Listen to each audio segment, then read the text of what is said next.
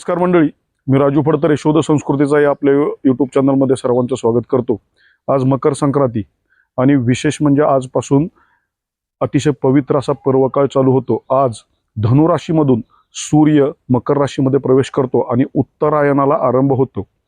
आजच्या दिवसाचं आध्यात्मिक महत्त्व म्हणजे आजपासून देवी देवतांचा दिवस चालू होतो। आपल्याला महाभारतामध्ये पितामह भीष्मांच्या मृत्यूशय्येवरची कथा माहीत असेल। पितामह भीष्मांनी शरपंजरीवर पडलेले असताना देखील उत्तरायणाचा आरंभ होण्याची आणि प्राण त्यागण्याची वाट पाहिलेली होती।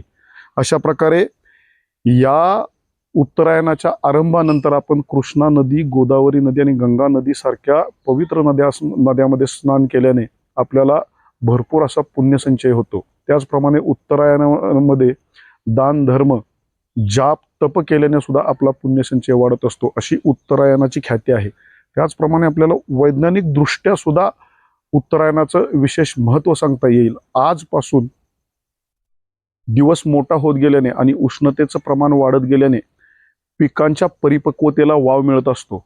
त्याचप्रमाणे आपल्या शारीरिक दृष्ट्या सुद्धा या उत्तरायणामुळे फार मोठे बदल होत असतात। ऋतुमान बदलते आणि सर्व सृष्टीवरतीच या ऋतुमानाचा बदल झालेला आपल्याला जाणवत असतो। अशा प्रकारे आपल्याला या मकर संक्रांतीचे आणि आजपासून आरंभ होणाऱ्या नवीन पर्वकाळाचे महत्त्व सांगता येईल। धन्यवाद।